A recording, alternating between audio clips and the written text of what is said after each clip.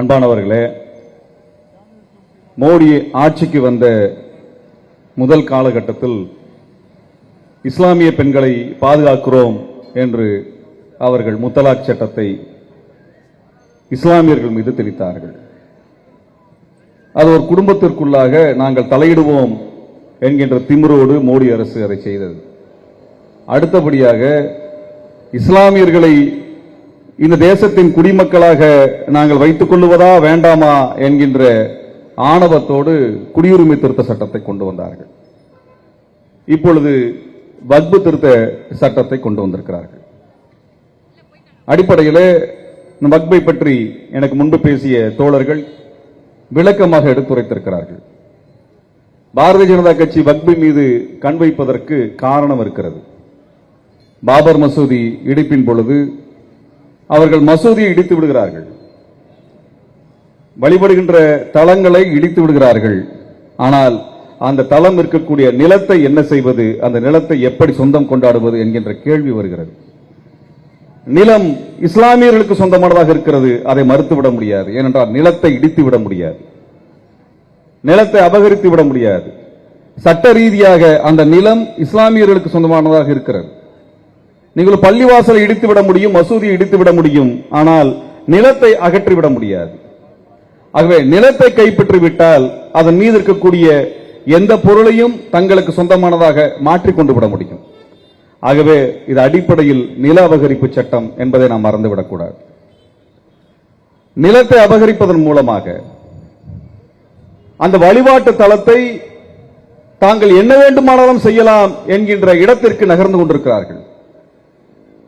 500 ஆண்டுகளாக 1000 ஆண்டுகளாக இருக்கக்கூடிய வழிபாட்டு தலங்களோ அல்லது பயன்பாட்டு தலங்களோ அவை இஸ்லாமிய மக்களுக்கு சொந்தமானவை என்பதை உறுதி செய்வது என்பது இஸ்லாமிய மக்களினுடைய பயன்பாட்டில் அது இருக்கிறது என்கின்ற காரணத்தினால் அதை வக்பாக நாம் எடுத்துக்கொள்ள முடியும் என்கின்ற பிரிவுகளை நீக்கியிருக்கிறார்கள்.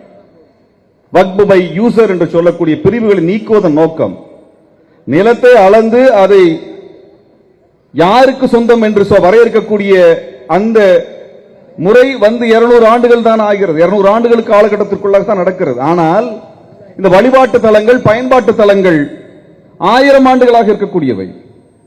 மதுரையில் இருக்கக்கூடிய காசிமார் பள்ளிவாசல் பாண்டிய அரசினுடைய மாரவர்மன் சுந்தரபாண்டியன் கொடுத்த நிலம். அந்த நிலம் தொடர்ச்சியான பயன்பாட்டில் இருப்பதால் அது இஸ்லாமியர்களுக்கு சொந்தமான நிலம்.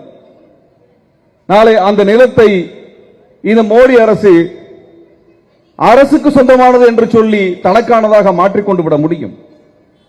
அப்படியாக மாற்றிக்கொள்வதற்கு ஏற்ற வகையில் தான் இந்த சட்டத்தை கொண்டு வந்திருக்கிறார்கள். மாரவர்மன் சுந்தரபாண்டியன் கொடுத்ததற்கான பட்டயம் நம்மிடம் இருக்குமா இல்லையா என்று தெரியாது. ஆனால் பயன்பாட்டின் மூலமாக இஸ்லாமிய மக்களுக்கு சொந்தமானது. நாளை வேறொரு அரசு வந்து மயிலாப்பூர் கபாலீஸ்வரர் கோவில் இந்துக்களுக்கு தான் சொந்தமானதா என்று கேள்வி எழுப்பினால் என்ன செய்வார்கள்? யார் அதற்கு பட்டயம் கொடுத்திருக்கிறார்கள்? யார் அதற்கு பட்டா கொடுத்திருக்கிறார்கள்? ஆக வழிபாட்டு தலங்கள் என்பது காலம் காலமாக பாரம்பரியமாக மக்களின் நம்பிக்கைக்கு உட்பட்ட நிலப்பரப்பு. அந்த நிலப்பரப்பின் மீது, அந்த நம்பிக்கையின் மீது கை வைப்பதன் மூலமாக பெருமளவின் நிலத்தை அவர்கள் அபகரிக்க நினைக்கிறார்கள். இங்கே நடக்கக்கூடிய விஷயங்களை நாம் கவனித்து பார்க்க வேண்டும். காசாவில் நடப்பது, பாலஸ்தீனத்தில் நடப்பது என்ன? இஸ்ரேல் பாலஸ்தீனர்களுடைய நிலத்தை அபகரித்துக் கொண்டிருக்கிறது. டெல்லியில மோடி அரசு என்ன செய்து கொண்டிருக்கிறது? தமிழர்களுடைய நிலத்தை ஆக்கிரமிப்பாளர் என்று சொல்லி வீடுகளை இடித்துக் கொண்டிருக்கிறார்கள். ஏழை மக்களின் வீடுகளை இடித்துக் கொண்டிருக்கிறார்கள். உத்தரப்பிரதேசத்திலும் மத்திய பிரதேசத்திலும் இஸ்லாமியர்களின் வீடுகளை இடித்துக் கொண்டிருக்கிறார்கள். அவர்கள் வீடுகளை இடிப்பதை மட்டும் நாம் கணக்கில் எடுத்துக் கொள்ளக்கூடாது, அவர்கள் நிலங்களை அபகரித்துக் கொண்டிருக்கிறார்கள். ஆக நிலம் என்பதுதான் நம் வாழ்வின் ஆதாரம். நிலம் இல்லை என்றால் நாம் எங்கே வாழ்வது? ஆக அந்த நிலத்தின் மீதான உரிமையை அவன் மாற்றிக்கொள்வதன் மூலமாக நம்மை எல்லாம் அனாதைகளாக மாற்றுகின்ற ஒரு அரசியல் வேலை திட்டத்தை அவர்கள் நடத்தி கொண்டிருக்கிறார்கள். நம்ம மோடி அரசுக்கு கேட்பது என்னவென்றால், இந்த நிலத்தை எல்லாம் நான் சீரமைக்கிறேன், ஒரு வரையறைக்குள் கொண்டு வருகிறேன் என்று சொல்லக்கூடிய மோடி அரசே, இந்திய எல்லையில் சீனாக்காரன் கொட்டாய் கட்டி கொண்டிருக்கின்றான், அங்கே என்ன செய்து கொண்டிருக்கிறீர்கள்? சீனாக்காரனிடமிருந்து உனது நிலத்தை காக்க வக்கில்லாத ஒரு அரசு ஏழை எளிய மக்களினுடைய, இஸ்லாமிய மக்கள் நிலத்தை பிடுங்கி என்ன சாதித்து விட போகிறது? இஸ்லாமிய மக்கள் மீதான அந்த வெறுப்பிற்கு எதிரான ஒரு வலுவான எதிர்வினையை தமிழ்நாடு தான் செய்ய வேண்டும். ஒரு மாபெரும் பொறுப்பு நமக்கு இருக்கிறது. இன்றளவும் தமிழ்நாடு தான், தமிழ் மண் தான் பாபர் மசூதி இடிப்பை இன்றும் நினைவில் வைத்துக் கொண்டிருக்கிறது.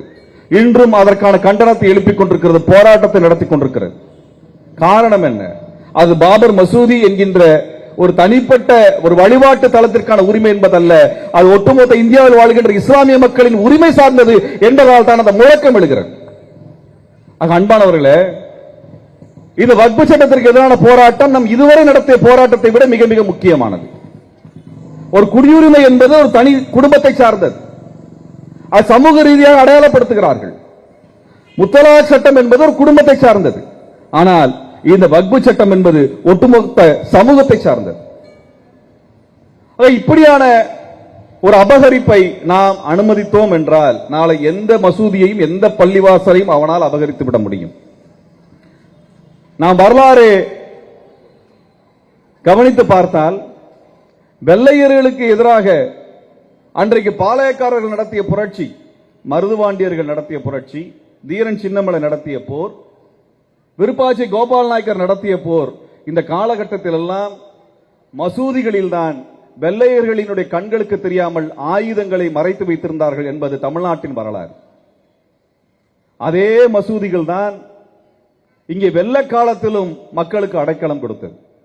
அது பார்த்தசாரதி கோயில் அல்ல, கபாலீஸ்வரர் கோயில் அல்ல, கருவறைக்குள் நுழைய முடியாது, கோயிலுக்குள் எட்டி பார்க்க முடியாது என்று சொல்லுவதற்கு பார்ப்பனர்கள் கொட்டமடிக்கக்கூடிய இடம் அல்ல, அது அனைத்து மக்களுக்கும் மனிதநேயத்திற்குமான இடம்.